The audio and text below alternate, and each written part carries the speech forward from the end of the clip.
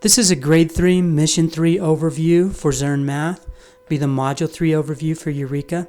Title is Multiply and Divide Tricky Numbers. The central focus, multiplication and division, to include facts 0, 1, 6, 7, 8, and 9, and multiples of 10 within 100. They've already talked about 2, 3, 4, and 5 in Mission 1. And students use known facts in this mission, so facts from Mission 1 they will use to develop understanding of the larger facts. The progression starts with a review of the commutative property, using familiar facts from Mission 1, or reviewing familiar facts from Mission 1. Then it moves into using the distributive property to solve larger fact problems. And one example is like this, taking the fact 6 times 6, breaking it up into 5 times 6 plus 1 times 6. 5s are known facts, so it breaks it up into 2 known facts to develop 6 times 6. Using the distributive property to solve division facts using smaller known facts looks something like this. 36 divided by 6, breaking it up into 30 divided by 6, which is a fact they should know because it's a fact of 5, and 6 divided by 6, which they obviously should know. They use the associative property 2 in the following way to solve problems. 8 times 5, they break up 8 as 4 times 2. And then they find an easy fact, 2 times 5 is 10, and then multiply 4 times 10 to have 40. That should say 40 right there, because 4 times 10 is in fact 40. It covers the unique properties of 0 and 1. These are really quite complex for students, not necessarily 1, but 0 is really complicated for students to understand, and they often get 0 and 1 mixed up. So take some care in developing these two properties. They use place value and associative property to multiply by multiples of 10, and I think it's important to know here the focus is not on naming properties. The curriculum itself says that. They don't really need to know the names of the properties. Just work with them and understand how they work.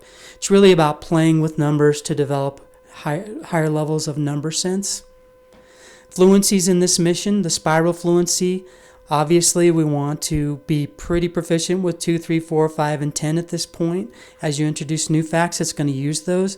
So if students haven't developed some level of automaticity, automatic retrieval with those facts, this is going to be difficult. And try to spend, so this is going to be actually worked into the curriculum, but you might spend a day or two before just really hammering these out during your fluency time, during your extra fluency time.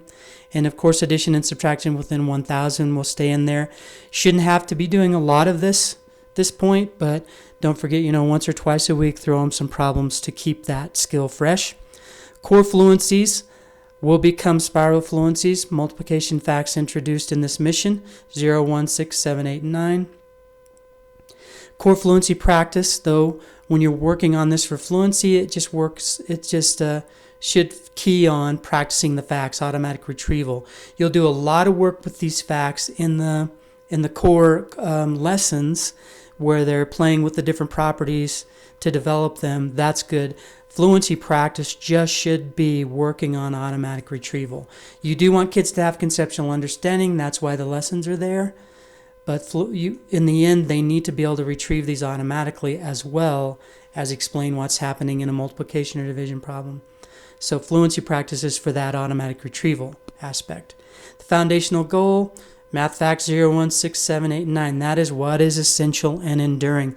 The properties, they'll revisit again and again. They'll revisit them later in algebra, and that's when the properties actually become a requirement to accomplish algebra. Now they're just sometimes can make life easier, sometimes make it more difficult. So what's essential and enduring are knowing these facts, understanding them, but also automatic retrieval of them. What doesn't go away, and this is very redundant, you'll see these same things mentioned throughout this year, even though they should be at a place where they're fluent with addition and subtraction within 1,000. Continue to work on this skill so it doesn't start to deteriorate. Not several problems a week, a couple of problems a week should suffice. And continue to check their automaticity with their addition and subtraction facts to 20. And now automaticity with multiplication facts 0 to 10. We're not going to have automaticity with the more difficult facts yet, but you're going to continue to work on that from this point forward. Special notes here are, if you're running low on time, it's a good time to refer to the special notes, but also with struggling learners, you'll see some suggestions for what are the key things, what are more important things to really focus on with struggling learners. You'll see those within the special notes. And the first one here, the module focuses on using distributed property, associative property, community property, which I didn't even put in there, but all these properties as methods to multiply and divide as they develop these more difficult facts.